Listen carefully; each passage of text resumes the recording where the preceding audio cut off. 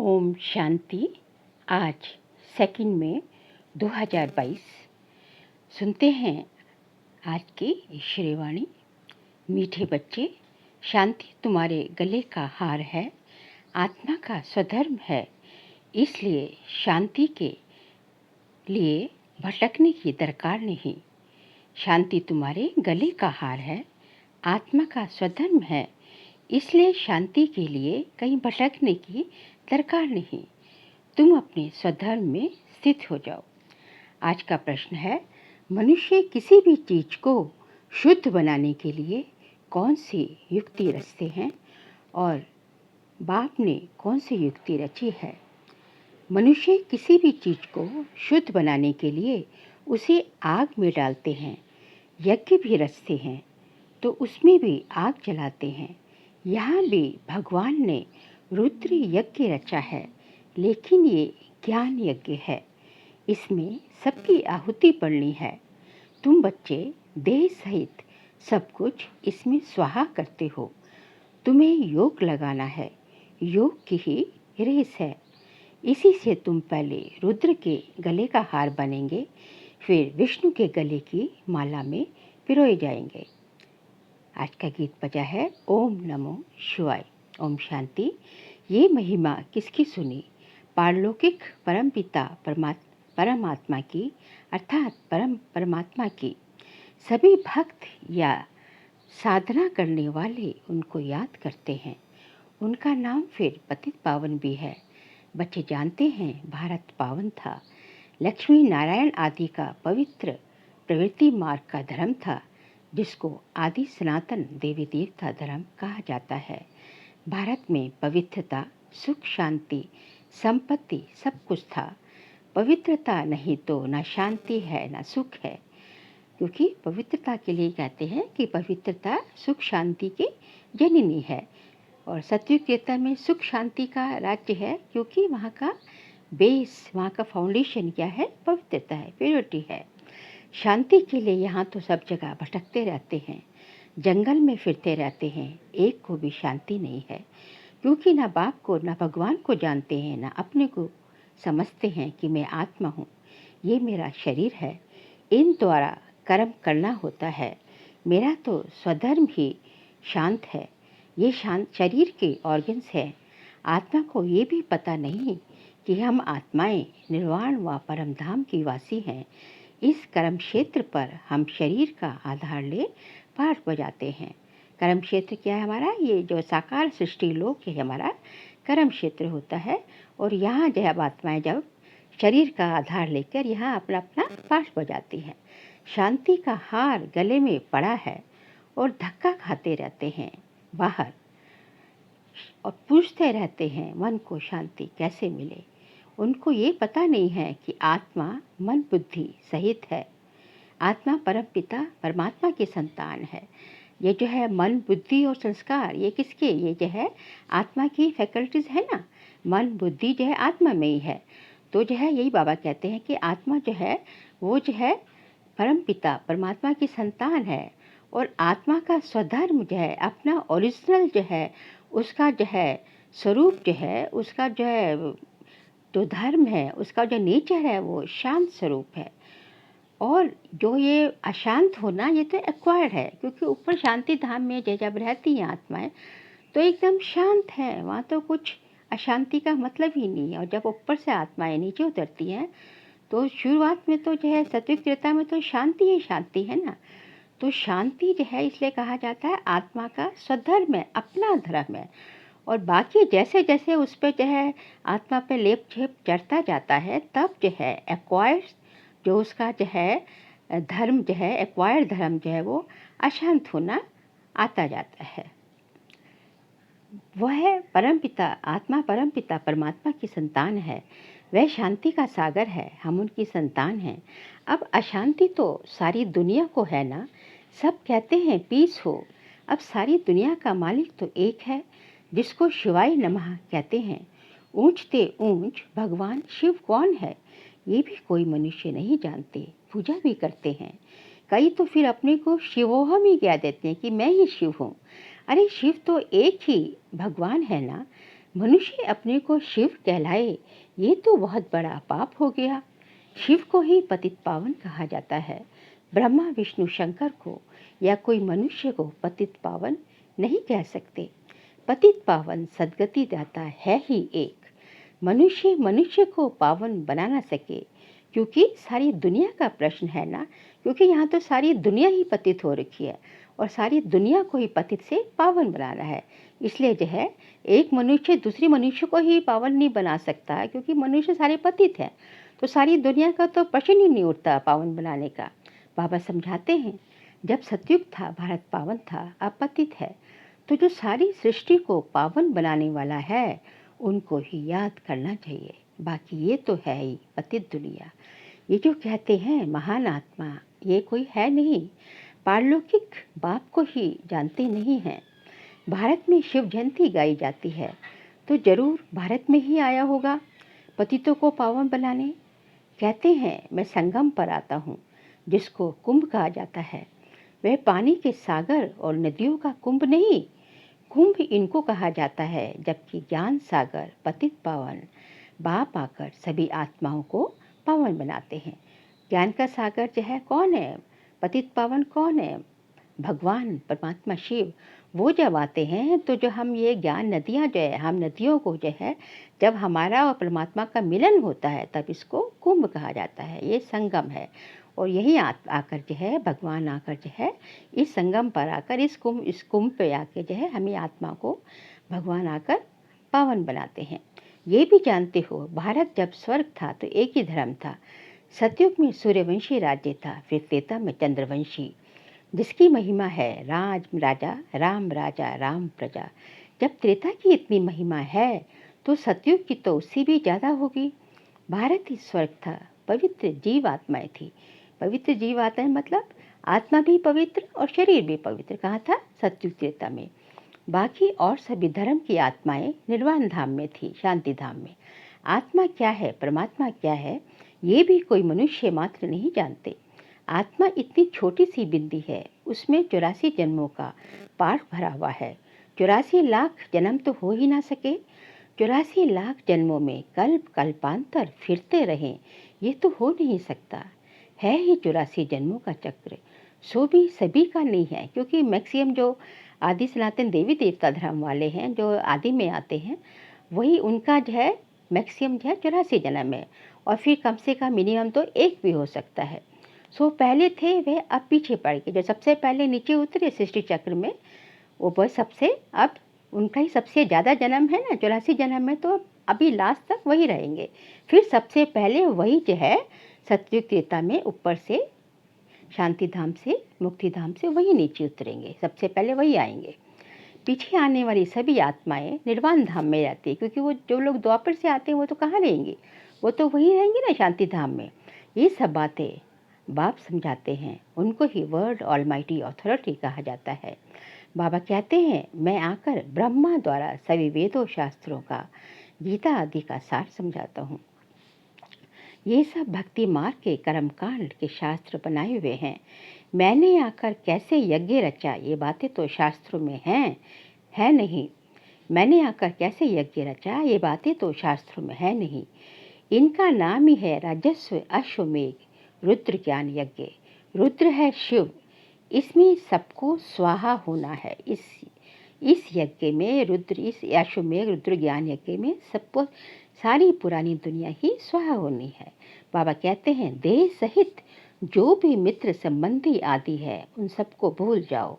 अब चाहे बाबा हमेशा हमको कहते हैं कि देह सहित जो भी कुछ है इस पुरानी दुनिया का उन सबको भूल जाओ, उन सबसे ममत्व उठाओ।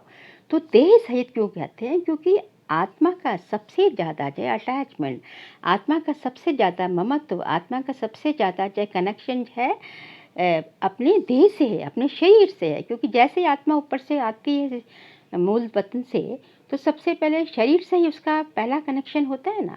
तो सबसे ज़्यादा आत्मा शरीर से जुड़ी हुई है, तो सबसे ज़्यादा मुश्किल जो है भूलना शरीर को ही होता है। इसलिए बाबा हमेशा बार बार यही बोलते हैं कि देह सहित जो भी कुछ है उसको भूलते जाओ। देह सहित में सबसे ज़्यादा बाबा जो है स्ट्रेस देते हैं। एक ही बाप को याद करो, मैं सन्यासी उदासी हूँ, क्रिश्चियन हूँ।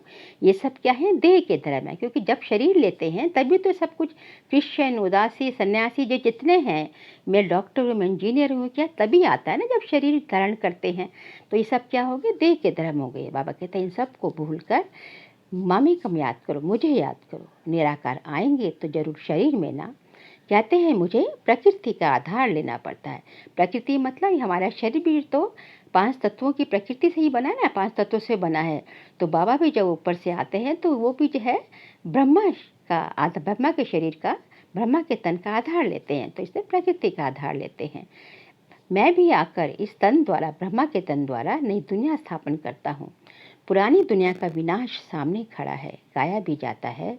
प्रजापिता ब्रह्मा द्वारा स्थापना, सूक्ष्म वतन है ही फरिश्तों की दुनिया। वहाँ हड्डी बांस होता नहीं, वहाँ सूक्ष्म शरीर होता है, सफ़ेद सफ़ेद जैसे घोष्ठ होते हैं ना। सूक्ष्म वतन जो है ये अभी संगम युग पर ही जो है, ये संगम युग पर ही जो है बाबा जो है अपना सृष्टि परिवर्तन के कारोबार को चलाने के लिए सूक्ष्म वतन का निर्माण होता है। और जो है संगम युग जैसे ही खत्म होता है, जैसे ही सब आत्माएं वापस चली जाती हैं, तो सूक्ष्म वतन का भी पार्ट खत्म हो जाता है, सूक्ष्म वतन भी खत्म हो जाता है। इसलिए जब ऊपर से हम नीचे आते हैं, मूल वतन से आते हैं, तो डायरेक्ट जो है हम इस सृष्टि पर आते हैं, साकार सृष्टि पर आते हैं। लेकिन जब यहाँ से जो है वापस जाते हैं, रिटर्न जर्नी जब होती है, तो वह सूक्ष्म वतन होती है।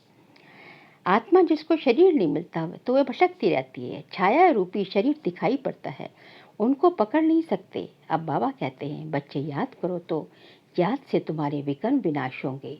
गाया भी जाता है बहुत गई थोड़ी रही, थोड़ी की भी थोड़ी रही, अब बाकी थोड़ा समय है। जितना हो सके भगवान को याद करो तो अंतमति सोगति हो जाएगी। गीता में कोई 1-2 अक्षर राइट लिखे हैं, जैसे आटे में नमक मिसल। कोई कोई अक्षर सही है। पहले तो भगवान निराकार है ये मालूम होना चाहिए। वह निराकार भगवान फिर वाच कैसे करते हैं, मतलब वह निराकार शिव जो है अपना काम कैसे करेंगे, ज्ञान कैसे देंगे। कहते हैं साधारण ब्रह्म तन में प्रवेश कर राजयोग सिखलाता हूँ। बच्चे मुझे याद करो, मैं आता ही हूँ एक धर्म की स्थापना कर बाकी सब धर्मों का विनाश कराने। एक धर्म क्या है? आदि सनातन देवी देवता धर्म की स्थापना करते हैं और बाकी जितने धर्म है बाकी सब धर्मों का विनाश करते हैं। अभी तो अनेक धर्म है। आज से 5000 वर्ष पहले सतयुग में एक ही आदि सनातन देवी देवता धर्म था। सभी आत्माएं अपना अपना हिसाब किताब चुकतू कर जाती हैं। उनको कयामत का समय कहा जाता है। सभी के दुखों का हिसाब किताब चुकतू होता है। दुख मिलता ही है पापों के कारण। पाप का हिसाब चुकतू होने के बाद फिर पुण्य का शुरू होता है। दुख मिलता है, जितने तुमने पाप कर्म किए तो उसका तो दुख मिलेगा ही ना, और जो तुमने पुण्य कर्म किए उसको तुम्हें सुख मिलेगा। ऐसा नहीं हो सकता कि जो तुमने पुण्य कर्म की है उससे तुम्हारा जो पाप कर्म का हिसाब किताब है वो आपस में एक दूसरे को बैलेंस कर ले। नहीं, पाप का जो है तुम्हें दुख मिलेगा ही मिलेगा और पुण्य का सुख अलग मिलेगा ही मिलेगा, दोनों ही मिलते हैं।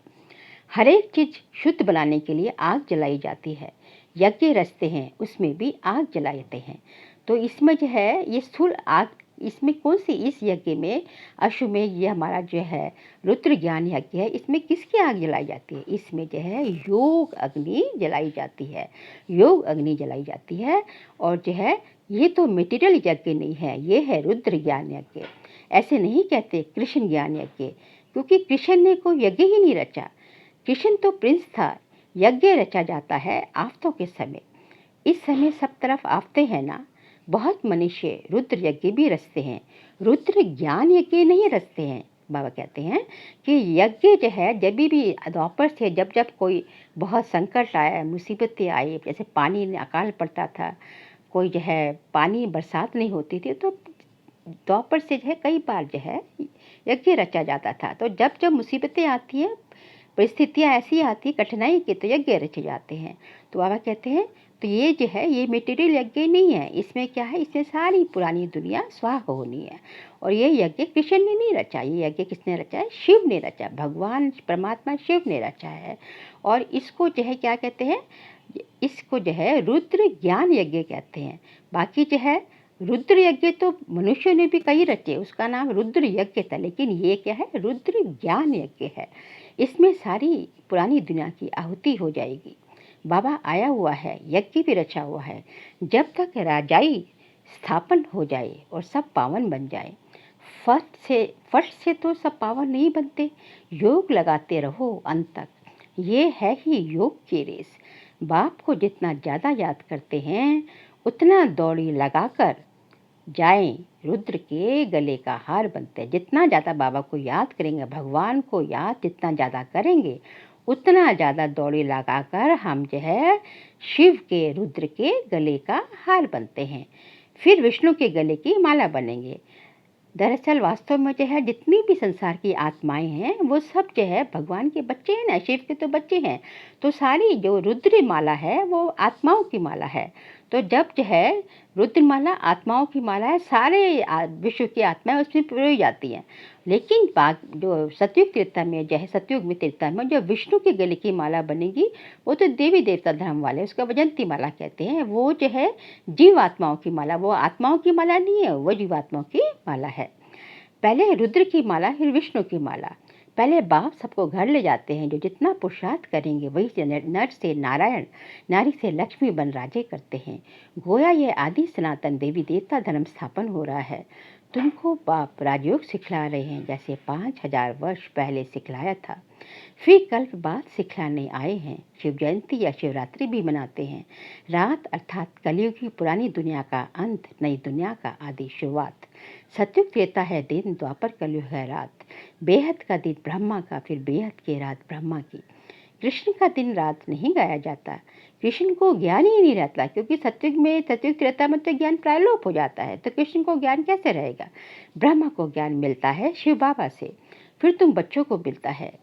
गोया शिव बाबा तुमको ब्रह्मा तन से ज्ञान दे रहा है, तुमको त्रिकालदर्शी बनाते हैं। कैसे बनते हैं हम त्रिकालदर्शी, क्योंकि इस टाइम जब हमें पता है कि हमारा अनादि स्वरूप क्या था, फिर आदि स्वरूप, फिर मध्य स्वरूप और अभी हमारा अंत का क्या है, तो हमको सारा पूरा ज्ञान है। तो इसलिए हम त्रिकालदर्शी बन जाते हैं। मनुष्य सृष्टि में एक भी त्रिकालदर्शी कोई हो ना सके। अगर होए तो नॉलेज देना।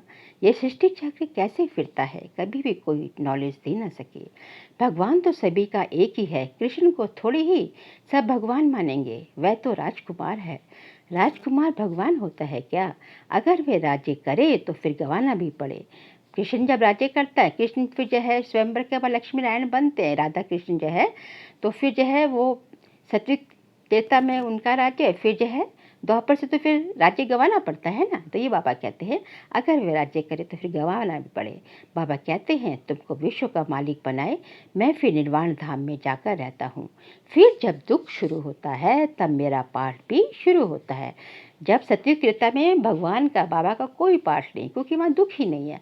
फिर जब द्वापर से दुख शुरू होता है, दुख आना शुरू होता है, तब जो है बाबा का पाठ भी, भगवान का पाठ भी शुरू होता है। क्योंकि फिर मनुष्य आत्माएं जो है फिर जो है भगवान को याद करना शुरू करती हैं।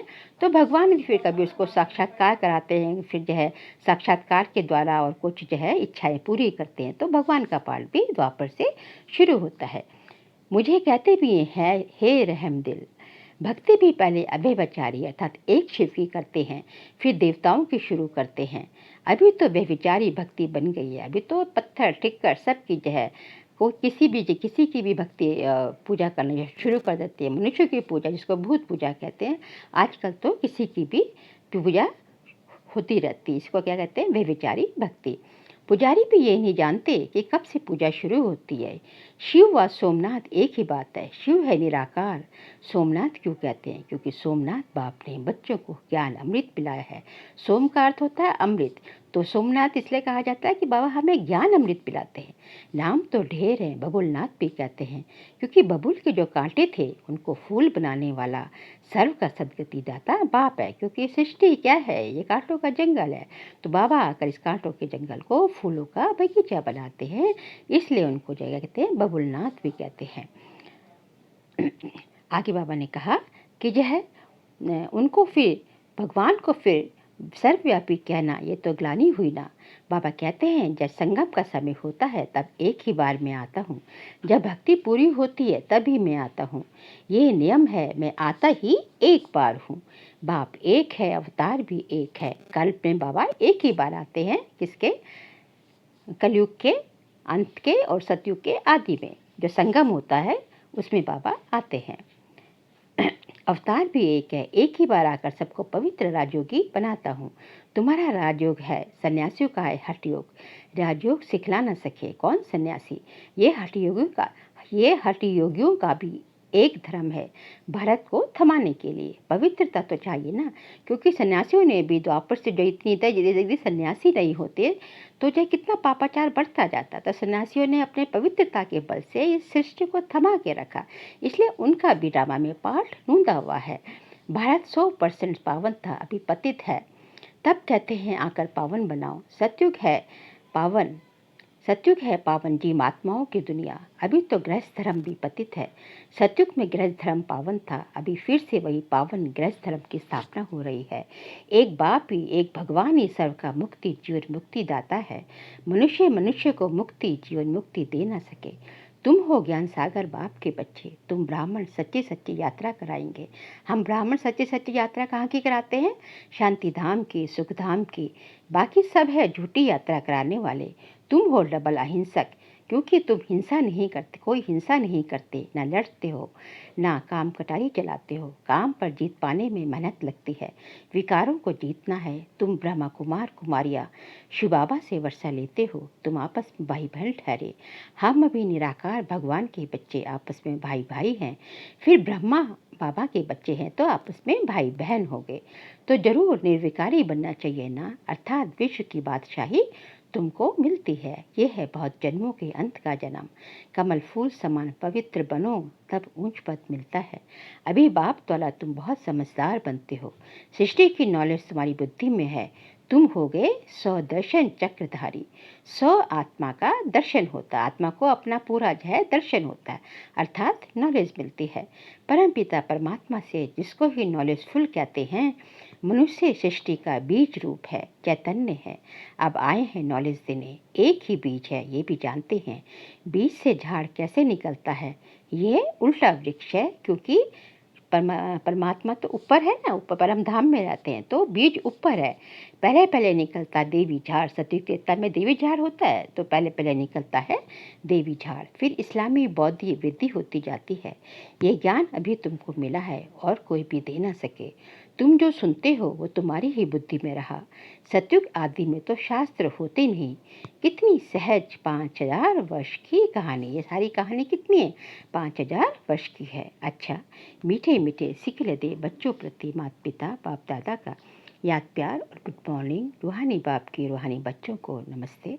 हम रूहानी बच्चों की रूहानी बाप दादा को नमस्ते नमस्ते नमस्ते। सार के लिए पॉइंट्स है। समय कम है, बहुत कई थोड़ी रही, इसलिए जो भी श्वास बची है बाप की याद में सफल करना है। पुराने पाप के हिसाब किताब को चुकतू करना है। शांति स्वधर्म में स्थित होने के लिए पवित्र जरूर बनना है। जहाँ पवित्रता है वहाँ शांति है।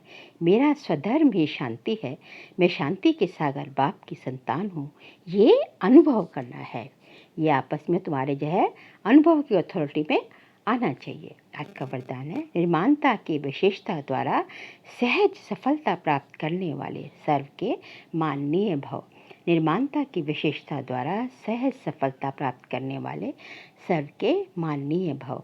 सर्वदाना मान प्राप्त करने का सहज साधन है निर्माण बनना। जो आत्माएं स्वयं को सदा निर्माण चित्त की विशेषता से चलाती रहती हैं, वह सहज सफलता को पाती हैं। निर्माण बनना ही स्वमान है। निर्माण बनना झुकना नहीं है, लेकिन सर्व को अपनी विशेषता और प्यार से झुकाना है। वर्तमान समय के प्रमाण सदा और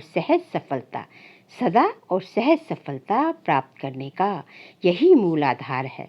हर कर्म संबंध और संपर्क में निर्माण बनने वाले ही विजयी रतन बनते हैं।